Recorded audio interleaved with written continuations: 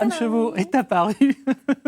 Elle est là, super Anne, pour sublimer la truffe de Bourgogne-Franche-Comté, devrais-je dire. Même si c'est une truffe de Bourgogne en matière de variété, Oui. pour la provenance, c'est de notre grande région. Oui, absolument. La truffe de Bourgogne, c'est d'abord une variété, hein, la Tuber uncinatum, je crois. Comme chacun ne le sait pas, ça veut dire crochu. Peut-être les profs de latin, mais moi je ne suis pas prof de latin. Crochu, ça fait référence à la surface de cette truffe, vous voyez, qui est faite de petites pyramides comme ça et un petit peu crochue. Voilà. Ça, c'est pour la variété. On la récolte en Bourgogne-Franche-Comté du fait du climat. C'est une truffe d'automne, donc elle aime le froid. Pour arriver à maturité, il lui faut du froid, il faut de la pluie. Et fort heureusement, on en a eu ces dernières semaines. Ça a un petit peu sauvé la récolte qui avait été mise à mal par les grosses sécheresse de cet été. Donc on en a en Bourgogne, bien sûr, et en Franche-Comté aussi. Celles-ci viennent de Nord-Walbourg. C'est un caveur qui me les a apportées hier. Et voilà, donc elles ont été récoltées avant-hier. Hier matin, non, avant-hier, à Nord-Walbourg, sous des chênes. On salue nos amis de Haute-Saône qui Absolument. nous regardent ce matin, comme tous les matins, voilà. du lundi au vendredi, j'espère. D'autant que s'ils veulent profiter des vertus de la truffe, je vous conseille de bien ouvrir vos oreilles, s'il vous plaît, parce qu'on ne le sait pas forcément. Mais la truffe a des vertus aphrodisiaques. Mais pas seulement. Ah bon Oui.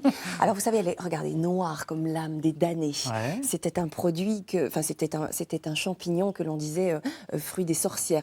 Les Romains disaient que c'était la fille de la foudre ou de l'éclair. Fille de la foudre de l'éclair. Oui, absolument. Elle pousse, comme vous le savez, au pied des arbres. C'est un champignon hypogée. Savez-vous ce que ça veut dire un champignon hypogée? Et ça, c'est un clin d'œil à ma petite collègue Vanessa. Je ne sais pas, mais vous savez, on a un médecin. Alors les médecins, ils savent tout. Tadam, baguette magique. Non, je connais rien aux champignons. C'est les pharmaciens qui connaissent tout. Voilà. Hypogée, ça signifie que ça pousse sous terre. D'où ce fameux mystère. Ça pousse effectivement sous terre, autour des arbres. Alors des chênes, bien sûr, mais pas seulement. Également du charme, également du tilleul et du noisetier et d'autres arbres que l'on trouve nombreux chez nous. Et du coup, ça entretient ce mystère.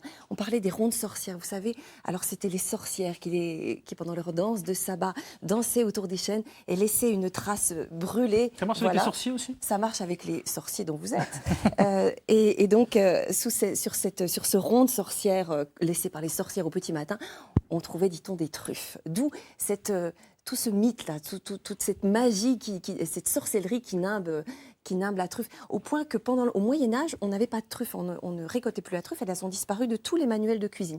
Il a fallu attendre le XIVe siècle et Eudes IV pour faire venir la truffe à la cour de France, et elle venait de Lantenay en Côte d'Or. Voilà. Très bien. Et puis un peu plus tard, Napoléon. Alors Napoléon, on va revenir à votre histoire aphrodisiaque. Napoléon, Marie-Louise d'Autriche l'aurait gavé de truffes, alors ça j'ai pas vérifié, et on dit que l'aiglon est fils de truffe aussi, puisque ça aurait des vertus aphrodisiaques. Parfait. Mais, voilà. Très bien. Alors maintenant, tout le monde se dit comment la cuisiner, cette fameuse truffe avec toutes ses vertus. Truffe qu'on trouve chez nous, donc qui coûtera forcément moins cher que la truffe de Périgord. On parlera des prix après. Oui. Mais ça n'a rien à voir. C'est quand même complètement abordable. C'est à peu près entre 400 et 600 euros le kilo cette année. Il y a un cours de la truffe. Ah, parce que ça a augmenté là. Hein. Mais attendez, le kilo, on ne met pas 1 kilo de truffe. Et là aussi, c'est magique la truffe. Et c'est encore un aspect magique de la truffe, c'est qu'il en faut très très peu. On va tordre le cou à des idées reçues, parce que parfois on dit qu'il faut une truffe pour faire une omelette. Non. J'ai 100 grammes de truffe. 100 grammes pour là, faire sur ce les que 4. Je vous ai fait là, il en faut environ 40 grammes.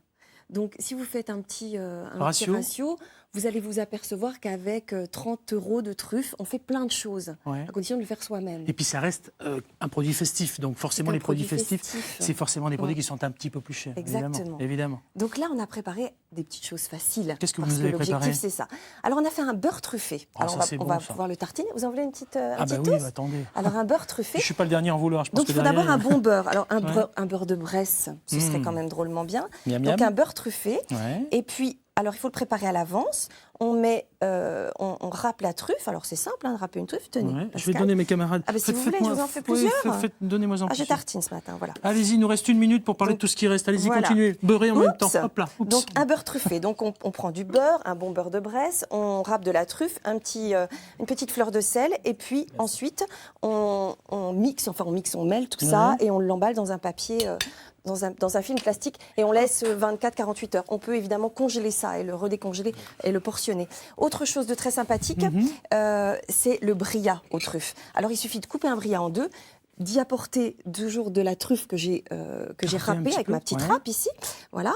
Et puis on répartit. Alors je vais le faire pour de faux, voilà. Ensuite, on referme le brillat. Et puis pareil, on le met dans un film plastique pendant 3-4 jours, c'est bien. Et puis, et c'est là que je deviens une fille dangereuse. Dernière seconde, on y Sortez va. votre baguette magique, s'il vous plaît. Ouais, j'y vais. Et Attention. là, c'est pour l'apéritif. Un siphon, donc une crème toujours, aromatisée à la truffe. Un siphon. J'espère que ça va fonctionner. Il y a intérêt, hein. Normalement, oui. Normalement, oui ou Oui, pas. mais ça, c'est les températures. C'est pas C'est les grave. températures. C'est pas Voilà. grave. C'est Bah pas grave. oui, Je vous laisse j'en ai- continuer tranquillement autour de la truffe. Voilà. Ce qu'il est important de savoir, c'est qu'elle vient de Bourgogne-Franche-Comté, celle-ci. La variété, c'est la truffe de Bourgogne, mais on la trouve en Bourgogne-Franche-Comté, donc ça, super. Et ça peut être quelque chose qu'on peut mettre sur notre table de réveillon De autour de plein l'apéritif de produits. au dessert, puisqu'on fait aussi des tiramisus, on fait quantité de choses. Aïe, Il y a aïe, aïe. 300 professionnels de la truffe en Bourgogne-Franche-Comté, rendez-vous compte. Bravo. Et celle-ci, encore une fois, de Noroy-Bourg chez Monsieur Jacquet. Voilà. Félicitations. Et puisqu'on est dans les chiffres, il y a plus de 220 produits qui ont des signes officiels de qualité chez nous en Bourgogne-Franche-Comté. Représenté par les produits gourmands de Bourgogne-Franche-Comté. Et voilà, c'est super. Parfait, vous connaissez la saucisse de Morteau? Un petit peu. Bah écoutez, on va découvrir les recettes de cette star régionale. Merci Anne Chevaux, bonne Avec fête. plaisir. Bonne fête à vous.